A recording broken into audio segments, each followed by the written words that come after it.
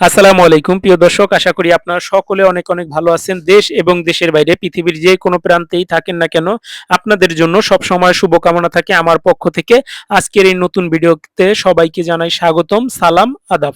আজকের এই ভিডিওটা সম্পূর্ণ একটি ভিন্ন ধর্মের ভিডিও। আজকে শরীয়তপুর জেলাকে নিয়ে, শরীয়তপুর জেলার সকল কন্টেন্ট ক্রিয়েটরদেরকে নিয়ে আজকে কিন্তু একটা মিলন মেলার আয়োজন করা হয়েছে। আর এই আয়োজনটা করেছে গুপ্তধন।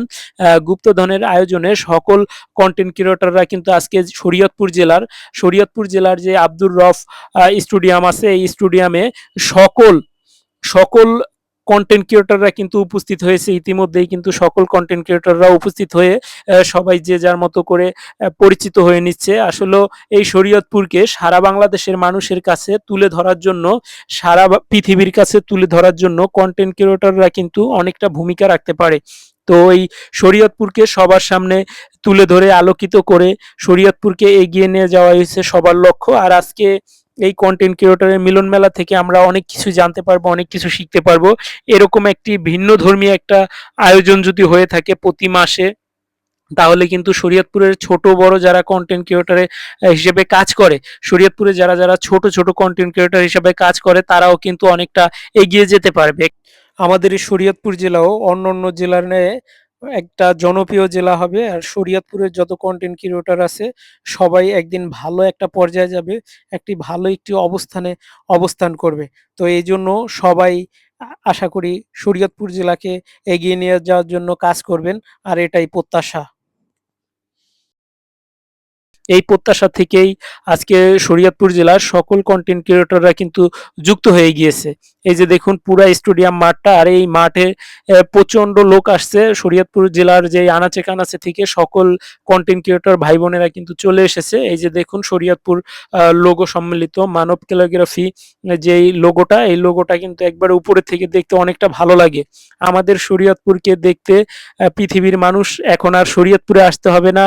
যে কোনো প্রান্তে থেকে, পৃথিবীর যে কোনো প্রান্তে থেকেই তারা কিন্তু এই শরীয়তপুরকে তারা চিনতে পারবে, খুব সহজেই চিনতে পারবে।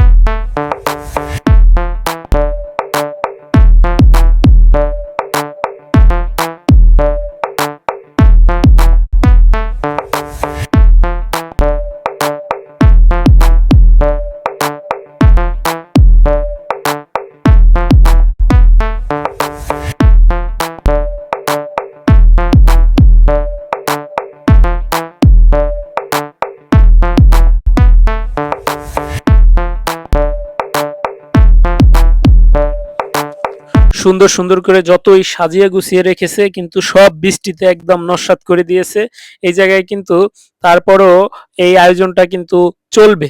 তো এই চলার জন্যই যতটা পরিশ্রম করেছে তারা, আসলেও আমার চোখের সামনে আমি দেখেছি তারা খুব পরিশ্রম করেছে, যাতে করে আজকের এই মিলন মেলা থেকে যাতে কেউ অন্তত নিরাশ হয়ে না যায় যে আজকে আসলাম, এরকম একটা আয়োজন ছিল, হওয়ার কথা ছিল, বৃষ্টির কারণে পুরো নস্যাৎ হয়ে গেছে। তবুও সেই বৃষ্টিকে উপেক্ষা করে, বৃষ্টি যখন থেমেছে তখনই কিন্তু এই যে দেখুন আপনারা, এই যে এই মানব ক্যালিগ্রাফিটা কিন্তু অলরেডি করে ফেলেছে তারা।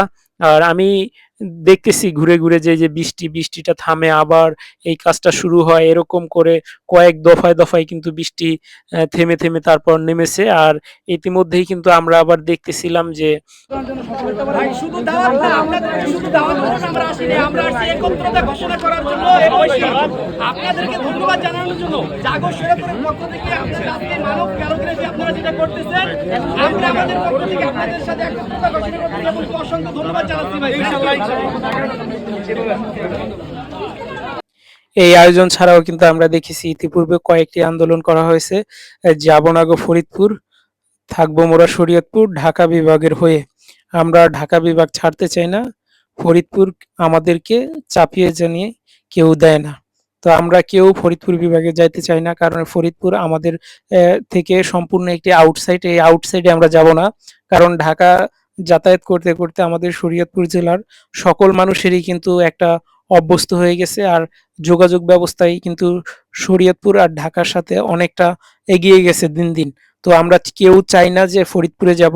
তো দেখতে আছেন যে এই ভিডিওগুলি কিন্তু সবাই ড্রোন দিয়ে করতেছে, মানে যার যার ড্রোন আছে তারা কিন্তু আকাশে ইতিমধ্যেই ড্রোন উড়িয়ে দিয়েছে।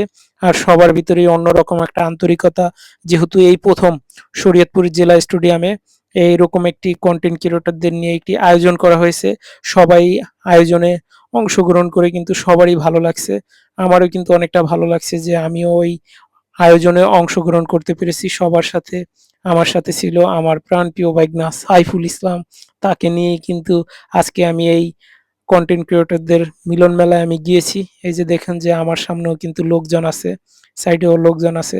তারা সকলেই কিন্তু এই জায়গায় এই মানব ক্যালিগ্রাফিতে অংশগ্রহণ করে শরীয়তপুরের একটি অনন্য দৃষ্টি নিদর্শন তৈরি করেছে। আশা করি শরীয়তপুরকে একদিন সারা বাংলাদেশের আনাচে কানাচের সকল মানুষ চিনবে। এখনো কিন্তু শরীয়তপুর পিছিয়ে নেই, তবে ইনশাল্লাহ সময়ের সাথে আরো এগিয়ে যাবে শরীয়তপুর।